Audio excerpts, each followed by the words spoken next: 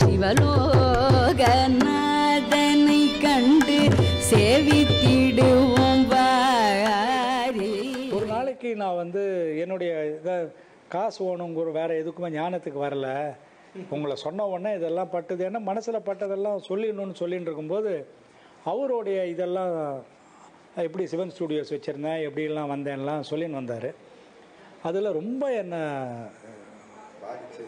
ரொம்ப பாதித்தது வந்து அவருடைய சிஷ்யம் வந்து பெரிய இடத்து பையன், அவனுக்கு வந்து கல்யாணம் ஏவிஎம் ராஜேஸ்வரியில் நடக்கிறதான். அவர் வந்து அப்போ மயிலாப்பூரில் இருந்தாராம், எங்கேயோ நாகரத்னாமல் எங்கேயோ இருந்தாராம். 4 நாள் செலவழிச்சுட்டு பஸ்ஸில் வர்றது தான் அவருடைய டியூட்டி. அப்போல்லாம் நான் வேறு ஊரில் துணி கூட்டு ஒன்று பற்றி இதே மாதிரி தான் இருப்பேன். ரொம்ப கேட்டுண்டான் வரணும் வரணும் வரணும் வரணும்னா. அவெல்லாம் தெரியும், அந்த பையன் தான் என்கிட்ட வந்து போயின்னு இருப்போம். அப்படி ஒரு ஈடுபாடு என் மேரில். நல்லா வாசித்தவா பெரிய இடத்துல கல்யாணம்னு சொன்னால் எனக்கு நான் எதுக்குமே போகிறதில்ல.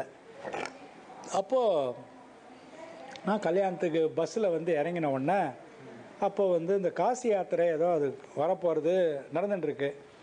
நான் பஸ்ஸை விட்டு இறங்கி போன உடனே வெளியில் போலீஸ்காரெல்லாம் ஒரு நிறையா பேர், இந்த பிச்சைக்காரங்கள்லாம் ஒரு 20-30 பேர் இருந்தால் அவளெல்லாம் ஒரு மாதிரி கார்டன் ஆஃப் பண்ணி ஒரு இடத்துல உட்கார வச்சா. போலீஸ்காரை என்னையும் அங்கே உட்கார வச்சிட்டான். சார் அவரு சொன்னது என்ன வந்து பஸ்லேருந்து இறங்கின உடனே எல்லாருமே அந்த காசி யாத்திரை இதில் இருக்கா, உள்ளே போயிருக்கா, யாரும் தெரிஞ்சவா இல்லை. அப்போ நான் வந்து இறங்கினேன். அப்படி பார்த்தா நான் இந்த மாதிரியே இருக்கிறதுனால என்னையும் எல்லோரும் அப்படி போய் உக்காந்துக்கோ அப்படின்னா நான் போய் கவலையே படாமல் அந்த இடத்துல உக்காந்துட்டேன், பிச்சைக்கார கூட. அப்போது ஒரு பக்கத்தில் இருந்த பிச்சைக்காரன் கேட்டான், இந்த மாதிரி கேட்டான், என்ன பெருசு பாத்திரம்லாம் ஒன்று எடுத்துன்னு வரலையா, கையிலேயே வாங்கினா போருமா உனக்கு அப்படின்னு. அது லேட் ஆகும், இப்போ தான் இதாக இருக்குது, அப்புறமா தான் சாப்பாடு போடுவாங்க. ஆமாம்ப்பா என்கிட்ட ஒன்றும் இல்லை. அதனால் அப்படியே வந்தவொன்னா நானும் அவளோடைய அப்படியே இப்படியே குந்துட்டுன்னு உக்காந்துருந்தேன். அப்படி உக்காந்துட்டு இருக்கும்போது அந்த மாப்பிள்ளை பையன் வந்து காசி யாத்திரை வந்து போகும்போது என்னை பார்த்துட்டான்.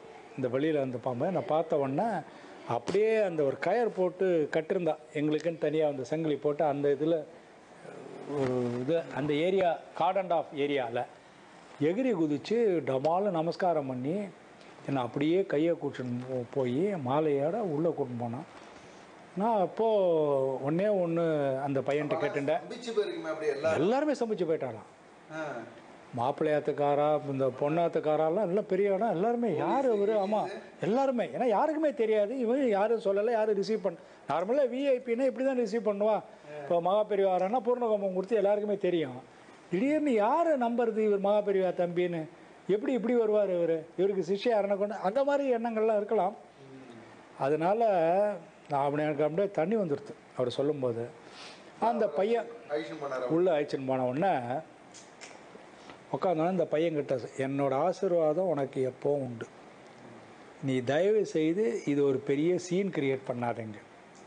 மற்ற மந்திரங்கள் எல்லாம் போட்டோம், நான் எதுவும் உனக்கு தெரியும், நான் எதுவும் சாப்பிட மாட்டேன்னு என்னோட காலில் விழுந்து நமஸ்காரம் பண்ணான்னா, நீ அப்புறமா நீ வா, இப்போதைக்கு எல்லா இதுவும் நடக்கணும் கிரமேண, யார்கிட்டையும் நான் யார் இதுன்னு சொல்லாத அப்படின்னு சொன்ன உடனே அவர் வந்து ஏதோ ஒரு ஆர்டினரி ஒரு இதில் வந்து என்னை மயிலாப்பூரில் கொண்டு விட்டுன்ட்டார். உள்ளே வந்து ப்ளஸ் பண்ணிவிட்டு நமஸ்காரம் பண்ணிட்டு அதே மாதிரி அவர் சொன்ன மாதிரியே அந்த பையன் கல்யாணம்லாம் முடிஞ்சதுக்கப்புறம் எல்லாருக்கிட்டையும் சொல்லியிருக்கான், சம்பந்தி பேர்கிட்டலாம் இவர் யார் அப்படின்னு. உடனே ஈவினிங்கு அவருக்கு இருக்கிற இடத்துக்கு போய் எல்லோரும் தடால்னு காலில் நமஸ்காரம் பண்ணி பெரிய அபவாதம் பண்ணிவிட்டு அதெல்லாம் ஒன்றுமே கிடையாது. எதுக்கு நான் அதை சொல்ல வரேன்னா, அவர் சொல்கிறாரு, நான் அந்த பிச்சைக்காரன் பக்கத்தில் உக்காண்டிருக்கும்போது நான் வந்து மகாபெரிவாளோட தம்பி, நான் இவ்வளோ வருஷமாக தண்ணி குடிக்கலன்னு அந்த நினப்பு வந்துருந்ததுன்னா என்னை போல் ஒரு கீழ்த்தரமானவன் யாருமே கிடையாது. இன்னும் நான் பக்குவமே படலைன்னு அர்த்தம். எனக்கு அந்த எண்ணமும் ஒன்றுமே கிடையாது. என்னை பார்த்த வாழ்க்கெல்லாம் அப்படி எண்ணம் வந்தது, இந்த பையன் பெரிய பாவத்தை பண்ணிட்டான், மகாபெரிவாள் இப்படியா பிச்சைக்கார பக்கத்தில் உட்காத்தி வைக்கிறது, இப்படியெல்லாம் ஒரு எண்ணங்கள் வந்திருக்கலாம். அது நியாயம், லௌகிக்கத்தில் இருக்கலாம். ஆனால் நான் யாருன்னு சொல்கிறது அதை போல் ஒரு அகம்பாவித்தானே எதுவுமே கிடையாது. ஐ ஆம் ஹியர் ஒன்லி டு இது, எனக்கு அடைய வேண்டியது ஒன்றுமே கிடையாது. நான் இங்கே வந்திருக்கேன், என்னை எப்போ கூட்டின்னு போவான்னு அவனுக்கு தெரியும் அப்படின்னு. அங்கே இருக்க உள்ளுக்குள்ளே உட்காந்துருக்கிறதும் வெளியில் பிச்சைக்காரில் உட்காந்துருக்கிறதும் எல்லாம் ஒரே மாதிரி தான். ஆமாம், என்னால் ஆனால் கிரகிச்சிக்க முடியாது, பக்குவம் வரும்போது தெரியும். அதுதான் இருந்தேன். இது என் வாழ்க்கையில் எடுத்து சொல்கிறாரு, என் வாழ்க்கையில் இருந்தேன்னு. என்ன குருநாதா, ஹியூமிலிட்டியோட பர்சானிஃபிகேஷனே நீங்கள் தான் அப்படி நமஸ்காரம் பண்ணேன். சிவலோகநாதனை கண்டு சேவித்திடுவோம் வாரி. அப்போ நாதன் வந்து அவரோட ரிலேட்டிவ், அவர் பேர் நாராயணசாமின்னு பேர். அவர் தான் யூஎஸ்லேருந்து வந்தவர். யூஎஸில் அவர் யூஎஸ் சிட்டிசன் தான். அவர் யூஎஸ் பாஸ்போர்ட் ஹோல்டர். இங்கே வந்து போவார். அவர் நேஷ்னல் ஏரோநாட்டிக்கல் ஸ்பேஸ் என்ஏல இருந்தார். அப்போ வாஸ் கிவிங் கன்சல்டன்சி, நல்ல ஹை பொசிஷன். அவர் வந்து நாதன் தான் அவர் ஃபேமிலி என்டையர்லி காஞ்சிபுரம் போயிட்டு ஒரு 5 கார்த்தாலேயே போயிட்டு பெரியவா கிட்ட ஒரு அந்த வேத சம்ரக்ஷண சபாவா ஏதோ ஒன்று, அதுக்கு ஒரு அமௌண்ட்டு ஆர்பிஐ பர்மிஷன் வாங்கி, அது நியரிங் 30 lakhs, அது 30 லட்சம் ரூபா. அது அந்த காலத்தில் அதை கொண்டு வந்து அந்த செக்கை கொடுத்து பெரியவா வந்து ஒரு ட்ரை ஃப்ரூட்ஸ் எல்லாம் வாங்கின்னு போயிருக்கா. அதெல்லாம் பண்ணிவிட்டு இந்த கவர் எடுத்து என்னது அப்படின்னாராம். அதை எடுத்து பார்த்து நாதன் கிட்ட போய் சொல்லிருக்காராம், ஆவாதுன்னு. அந்த தொகையெல்லாம் இங்கே வேண்டாம், நீயே என்ன பண்ணுமோ நல்லது பண்ணிக்கோ அப்படின்னு கொடுத்துட்டாராம். அந்த ஒரு இதை மாத்திரம் அப்போ பாலு வாஸ் தேர். அதை எடுத்து பிரசாதம் மட்டை தேங்காயெல்லாம் ஒரு ஆஸ் யூஷுவல் அவள் மறையா போவா, அதை மாத்திரம் தொட்டுட்டு ஆசிரமம் பண்ணிட்டாரான். இவர் வந்தபோது நான் இருந்தேன், நான் மாத்திரம்தான் உக்காண்டிருந்தேன். ஒரு சார்கிட்ட ஏதோ படித்து சொல்லிகிட்டு இருந்தேன். நான் வந்த உடனே நாதன் எல்லாரும் கூப்பிட்டு வந்தார். வந்துட்டு நாராயணசாமி அவரோட ஃபேமிலி எல்லாம் வந்தா. நிறையா ஃப்ரூட்ஸு கூடையா, அதே மாதிரி ட்ரை ஃப்ரூட்ஸு இதெல்லாம் கொண்டு வந்து இந்த கவரை ஒரு கவரில் வச்சுட்டு சென்டராக வச்சுட்டு பண்ணார். நாதன் சார் வந்து எல்லாரையும் சொன்னால், அப்படி இப்படி சிவன் சார் இப்படி பார்த்து உட்காண்டாரு. நான் சைடில் உட்காண்ட்ருந்தேன், நான் தள்ளி உட்காண்ட்ருந்தேன். அப்படி எல்லோரும் நமஸ்காரம் பண்ணிவிட்டு அவரும் உட்காண்டாரு. ஒரு ஜரிகை வேஷெல்லாம் கட்டின்னு தான் உட்காண்ட்ருந்தார். உட்காந்துட்டு அவர்கிட்ட எல்லாம் பார்த்த உடனே அந்த கவர் அப்படி பார்த்தார். இவர் இப்படி உத்து பார்த்தார் அப்படின்னாரு. இவர் உடனே ஆமாம், உடனே அந்த நாதன் சொன்னார், எடுத்து கொடுங்க அதை அவர்கிட்ட அப்படின்னாரு. எடுத்து கொடுத்து ஒன்று அவர் அப்படி மொல்ல உட்காந்து அந்த கவரை அப்படி பிரிச்சுட்டு, பிரிக்கிறதுக்கு முன்னால் கேட்டார், என்னது இது அப்படின்னாரு. இவர் சொல்கிறாரு, ஏதோ எத்கிஞ்சது ஒரு நல்ல காரியத்துக்கு அப்படின்னு.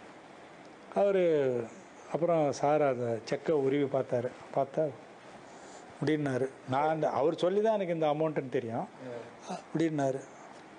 உள்ளே போட்டார், அந்த கவர்லேயே வச்சுட்டு அந்த இப்போ தட்டிலே வச்சார். அப்படி போட்டார். உங்களுக்கு எங்கே பூர்வீகம் அப்படின்னாரு. அவர் ஏதோ பாலக்காடு திருவசேனை ஏதோ ஒன்று சொன்னார். அவர் நீங்கள் பார்த்துருக்கீங்களா அப்படின்னா, இல்லை நான் பார்த்ததில்லை, தாத்தாலாம் இருந்தேன். இப்போ ஏதானு உங்களுக்கு சொத்து கத்து இருக்கான்னு? ஒன்றும் இல்லை, எல்லாம் அப்புறமா குடிபெயர்ந்து இப்படி வந்துட்டோம், சிட்டி லைஃப் வந்துட்டோம், நான் அமெரிக்கா போயிட்டேன். சில சொந்தக்காரெல்லாம் இவர் மாதிரி எங்கெல்லாம் இருக்கா, வந்து வருஷத்துக்கு ஒரு தடவை வந்து பார்க்க வருவோம், அவ்வளோதான். என் ஜாக எல்லாமே வாழ்க்கையெல்லாம் அமெரிக்காவில், ஹியூஸ்டனில் இருந்தார். அப்போது எவ்வளோ வருஷம் இருக்கும் முன்னாடி? 1992 இருக்கும்னு நினைக்கிறேன். 91, 92 இருக்கும். I'm not distinctly remembering. அவர் கேட்டார், நீங்கள் அந்த காலத்தில் தொண்டிக்கால்னான்னு ஒன்று சொல்லுவா, பார்த்துருக்காளா நீங்கள் அப்படின்னு கேட்டார். செப்பு, ஆமாம், அந்த நாராயணசாமி கேட்டார். ஹவ் ஹர்ட் ஆஃப் இட் அப்படின்னாரு. கேள்விப்பட்டிருக்கேன், நான் பார்த்துடலன்னு. அந்த கால்னாக்கே அதுவே எனக்கு ஜாஸ்தி. இப்போ இருக்கிற நிலைமை அதெல்லாம் செல்லாக்காசம்பா, அதுவே எனக்கு ஜாஸ்தி. எனக்கு இந்த பார்த்தலாம் ஒரு முழம் இருந்தால் ஜாஸ்தி கட்டின்னு இருக்கேன், இதுவே ஜாஸ்தி. எனக்கிட்ட போய் நீங்கள் அந்த தொகையெல்லாம் சொல்கிறல, நீங்கள் என்ன பண்ணணுமோ நல்ல காரியத்துக்கு பண்ணுங்க, க்ஷேமம் இருங்க அப்படி கொடுத்தார். எடுத்து வச்சுருக்கோம் அப்படின்னாரு. He sought it that they take the cover back. நாதன் சார்கிட்ட அப்படியே விட்டு போயிட்டு அதுக்கப்புறம் இவர் பண்ணலாங்கலான்னு இருக்கணும், அதை எடுத்து வச்சுருக்கோன்னார். அப்படியே சொல்லியே கொடுத்தேன், வேண்டாம் நீங்கள் பண்ணுங்கன்னார். அவள் எல்லாரும் உள்ளே போயிட்டான். உள்ளே போயிட்டு அதுக்கப்புறம் அவர் கார் எடுத்து கிளம்ப போகிறாரு. எனக்கு ரொம்ப டெம்டேஷனாக இருந்தது.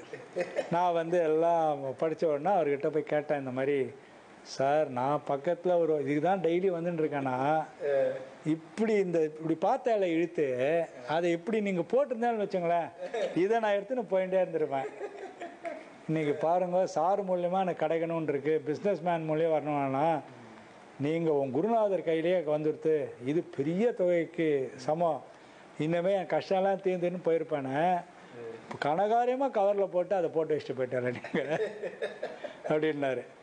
அந்த ஒரு பக்கத்தில் ஒரு மக்கு வச்சுருந்தார், அதில் ஒரு 4 திராட்சை பழத்தை உள்ளே போட்டார். அதுலேருந்து 2 அதை அலம்பிட்டு 2 எடுத்து நீ சாப்பிடுது அப்படின்னாரு. பாருங்கள், அவர் 2 போட்டார் அப்படி. அதுதான் மீதி எல்லாம் மலைப்பழம் எல்லாத்தையும் கொடுத்தாரு. இந்த திராட்சை பழத்தோட 5-6 பழம் எடுத்து வச்சுட்டார் அந்த தட்டிலேருந்து. அதை அலம்பிட்டு எனக்கு 2 கொடுத்தாரு. இந்த சின்ன பசங்கள்லாம் அழுதா குச்சி முட்டையை கொடுத்து சரி பண்ணுற மாதிரி நான் அதுக்கு திராட்சை பழம் கொடுக்கல. நான் திராட்சை பழம் சும்மா நான் சாப்பிட போகிறேன், உனக்கு 2 கொடுத்தேன். நான் நீ சொல்கிற காரணம்லாம் பின்னால் கேட்குறேன், இதுக்கு தான் கொடுத்தேன் அப்படின்னாரு. சாப்பிட்ட அப்புறம் கொடுத்தேன். நான் குருநாதா ஒன்றும் ஃபைனான்ஷியல் ஸ்டேட்டஸ் மேலே வரணுமே அப்படின்னேன். அப்போ தான் என்ன கேட்டார், உனக்கு என்ன இல்லைன்னு நினைக்கிறேன், நீ ஒரு டேப்லர் காலம் போடு அப்படின்னு. மானசீகமாக டேப்லர் காலம் போடு, நீ என்ன வேணும் இருக்க அது உங்ககிட்ட இப்போ இல்லை அப்படின்னாரு. ஒன்றுமே இல்லை. அதுக்கப்புறம் நான் வந்து உனக்கு பெருசாக கொடுக்கணுன்னு இருக்கேன், நீ எதுக்கு லட்சத்தில் நீ சுருக்கிக்கிற நீ அப்படின்னா? ஆமாம், அப்படியே சொன்னேன். இதெல்லாம் வேண்டாம் உனக்கு. இந்த தானாக பழுத்தா ரொம்ப சுவை ரொம்ப நல்லா இருக்கும் தெரியுமோ இல்லையோ, ருச்சி ரொம்ப நல்லா இருக்கும், தடியால் எடுத்து பழுக்கப்படாது அப்படின்னாரு. I got the message. சரி சொல்லிட்டு எப்போ தானாக பழுக போகிறதுனே தெரியல குருநாதா, அது அந்தந்த நேரத்தில் நடக்கும் அப்படின்னாரு. சரி அப்படின்னு வந்தேன். அதுலேருந்து கேட்பேன், நீ நல்லா இருப்படா, நீ ஏன் கவலைப்படுற, இதெல்லாம் வேண்டாம் உனக்கு, வயசாக நல்லா இருப்பேன். எண்ணமெல்லாம் அவன் வசம் வைத்த பின் ஏக்கமும் உண்டாமோ, இந்த மன்னகத்தே தெய்வ வாசகம் கேட்ட பின் மாறுதல் உண்டாமோ, தெய்வீக பேரொளி தேடி அடைந்த பின் சிந்தனை உண்டாமோ, அவன் கை வைத்து அருட்பெரும் காட்சி அளித்த பின் கவலைகள் உண்டாமோ. ஸோ உனக்கு இமீடியட்டாக ரிசல்ட் தெரியணும், எங்கிட்ட வந்தது இந்த மாதிரி ஒரு எதிர்பார்ப்பு உனக்கு உறுத்திகிட்டே இருக்கு இல்லையா அப்படின்னாரு. ஆமாம் அப்படின்னான். நான் ஒரு மந்திரம் சொல்லித்தரேன் கிட்ட சொன்னார்.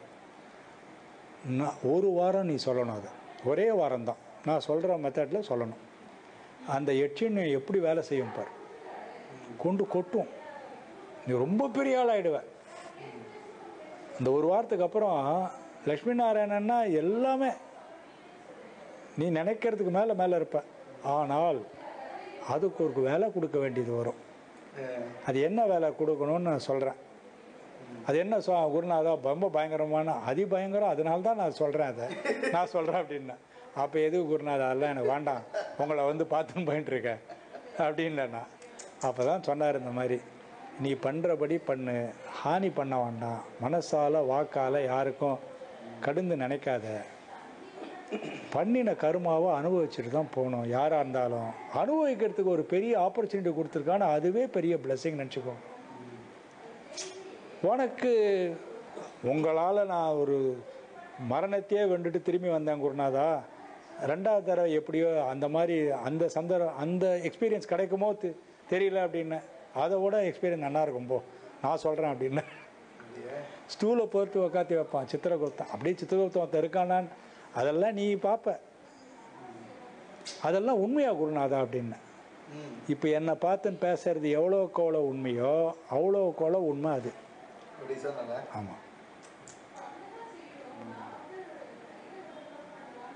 நல்ல வேலை. ஆனால் ஒன்று தெரியறது குருநாதா, இப்படியாப்பட்ட ஒரு கலியுகத்தில் உங்ககிட்ட ஒரு ஈடுபாடு வந்து அந்த ஞானத்தை கொடுத்து டெய்லி உங்களை ஒரு நாள் பார்க்கலன்னா அது மனசில் இருந்து நீங்களும் வந்து நான் பெரிய பாக்கியம் பண்ணேன்னு நினச்சிக்கிறேன் குருநாதா. நீயும் நானும் இப்போ தான் பார்க்குறேன்னு நினச்சிண்டியான்னாரு ஸ்டன்னிங்காக. நீயும் நானும் இப்போ தான் பார்க்குறேன்னு நினச்சிண்டியா? இல்லை, we are seeing each other for several times. Appropriate time பல ஜென்மங்களாக நீயும் நானும் பார்த்துட்டு இருக்கோம். அப்ராப்ரியேட் டைம் வரும்போது என்கிட்ட வருவேன் நீ. ஆமாம், அதனால நீ வந்திருக்க. இப்போ அதனால் நீ ஒன்றும் கவலைப்படாத. அதுவே உனக்கு இல்லை, அதுவும் ஜாலியானா அப்புறம் என்ன உனக்கு கஷ்டம் சொல்லு பார்க்கலாம். மாயையில் போய் இது அவன் சொல்லிட்டான் இவன் பண்ணிட்டான் சொல்லிட்டு போகிறான், அவ்வளோதானே சொல்ல முடியும். சிவலோகநாதனை கண்டு சேவி